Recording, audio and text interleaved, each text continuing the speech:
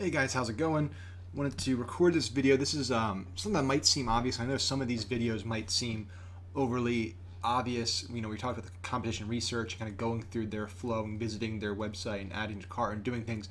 But what I found is that a lot of people, especially people that are just getting started with Facebook ads, or even people that are really experienced, especially people that are actually more experienced, typically forget about the easy things and the simple things. And honestly, everyone's kind of looking for that silver bullet. They're trying to find the next great hack or a new spy tool or a new research tool or a new way to find an audience. And you honestly forget about some of the easiest things. And my philosophy is always, find the simplest and most cost-effective way to do something and get the job done, right? And so what I want to talk about in this video is how to just continue to monitor what Facebook adds for targeting options. And so what you'll notice, because I check this weekly and I recommend that you guys do the same, is Facebook is constantly adding new behavioral and demographic targeting options to their ad set creator and to their detailed targeting options. So what I want to do today is kind of walk through. I actually a year ago had created a Excel doc with all the current options for detailed targeting. And obviously it doesn't take into account all the pages that are, that's hundreds of millions of combinations, but it looked at demographic, behavioral, and core interest targeting. And this is really the backbone of cold traffic. Until you get to the point where you have a lot of source data, where you can use lookalikes, you can do retargeting, you really need to know this very, very well, because you're not going to get any traction if you don't know all the options available to you with demographics and behaviors. And so, interests are great, and we use interests for certain ad accounts, but really my main focus is demographics and behaviors. And the reason for that is pretty simple, right? Somebody saying what they're interested in or liking a page and expressing intent, expressing interest is very different than what somebody's actually done. And so that's the way I differ these two categories is behaviors and demographics are targeting options about who people are and what they've done, what they've bought, what they wear, what they eat. Interests are what they say they like. And there's a big gap between what people say they like and what they've done. And remember, Facebook is a passive advertising platform, meaning that unlike SEM, search engine marketing, PPC, where people are searching for something and then based on what they're searching for, you're showing them an ad. Facebook, people are on it, they're looking at photos, videos, interacting with friends, and happening to see your ad, right? So you need to be as targeted as possible to be in that moment of relevance and ensure that your ad resonates with those people. So what I want to do is in this video kind of walk through, we don't have to go through all of them, but I think it's important that everyone in this course understands, if you haven't done this, the sheer volume of options that you have at your fingertips without doing any fancy research or using special advanced tools. And there's a lot of them out there, but start from the easiest place, right? And if you can't find something that works here, then go look at some advanced tools and do some graph search and look at some bigger tools. But I'm pretty confident that for most needs, you're going to find what you need in here. So let's take the first look, which is demographics. And so demographics are showing us, who people are. So we're looking at, what is their education level? What's their field of study? When did they graduate?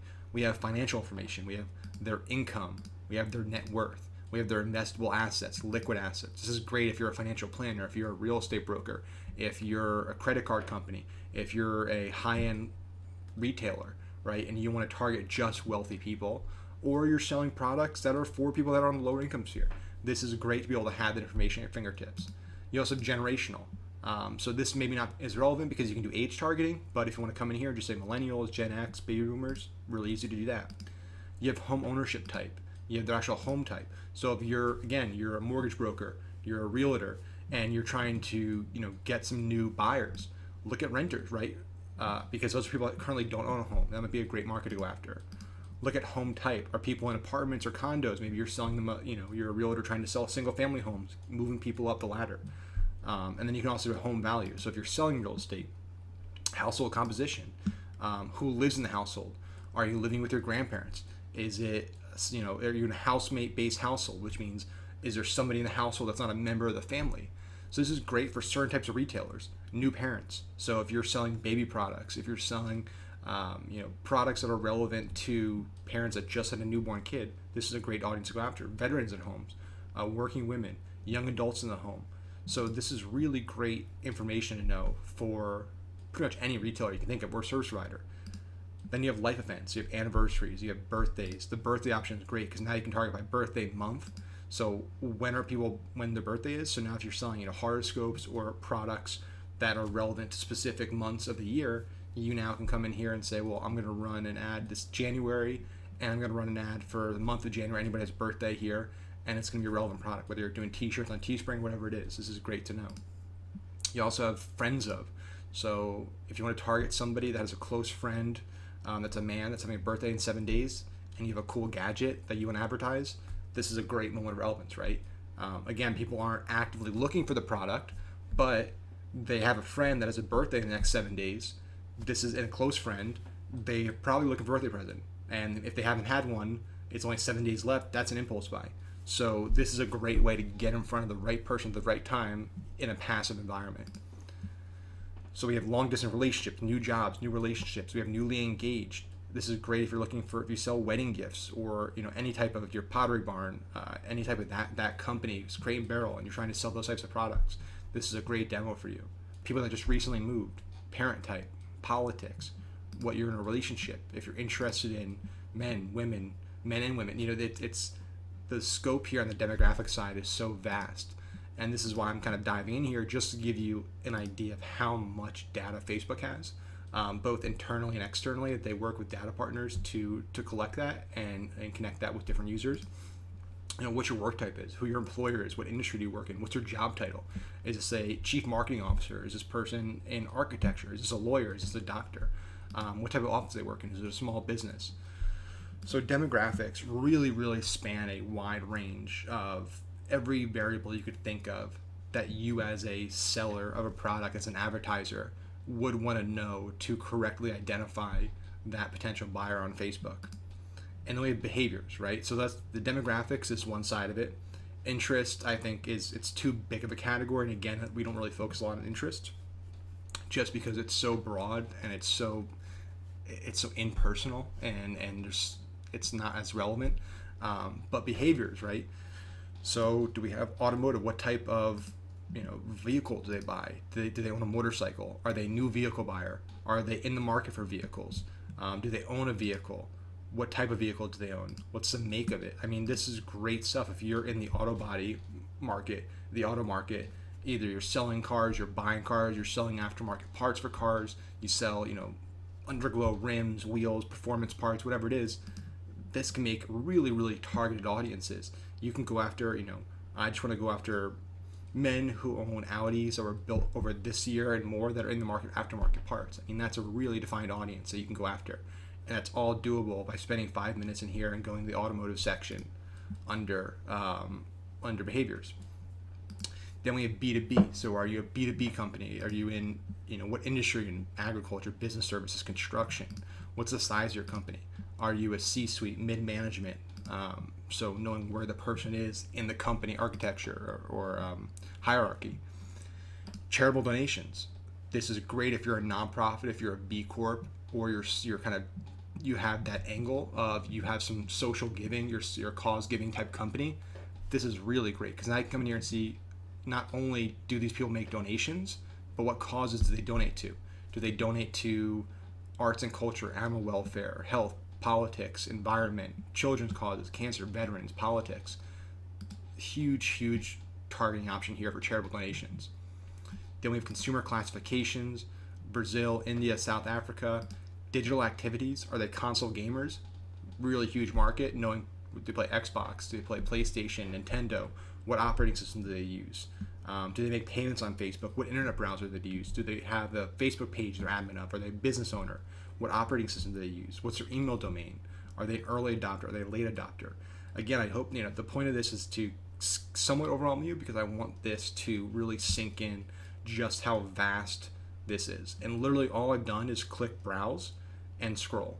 We haven't gone to a different section of Facebook. This is all under ad set in Power Editor, and we literally spent 6 minutes scrolling through here, and we went through a huge variety of targeting options that pretty much can go from any type of business you could think of, from any type of product and service you could think of, there's an audience here for that product.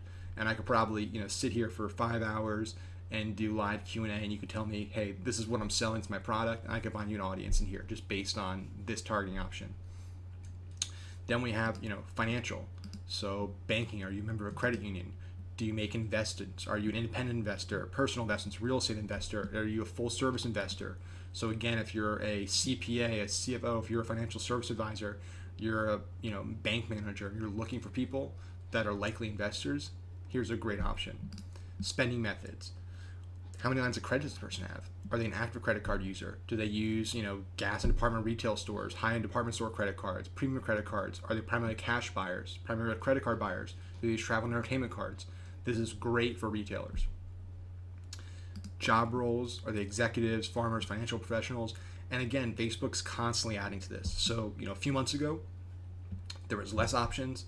A year ago, there's far fewer. 2 years ago, this was still being built out, really. I mean, this existed, but it's really over the last 2.5 years, this whole block here has exponentially grown in the amount of options, and they're constantly adding new stuff. Just 2 weeks ago, they added the engaged shopper option, which has been huge, which basically is an option of everybody on Facebook in the last 7 days that has clicked a shop now button on an ad. That's a huge new targeting option that Facebook rolled out. And if you're not in here checking this every week, you're going to miss out on those trends. And by the time you catch on to them, because a big blog wrote about them, you're already behind the times. So you need to check these weekly. I do it every Monday. I come in here and I browse through. I know what I'm looking for because I've already seen it all, so I know things that are new, they stick out. Media type, radio, television, what type of television shows they watch, what type of radio shows they listen to. Multicultural affinity, what's their race, religion, create all these incredible options that are going to help you build more relevant advertisements and provide more value to the person being advertised to. Purchase behavior is a huge one. This is a massive category within your browsing window here on detailed targeting. So you have types of business purchases they make, buyer profiles. Are they coupon users, fashionistas, foodies, gadget enthusiasts, gamers? Are they skiing, golfing, and boating enthusiasts, spa enthusiasts, trendy homemakers? What type of clothes do they buy? Do they buy men's t-shirts, accessories, big and tall?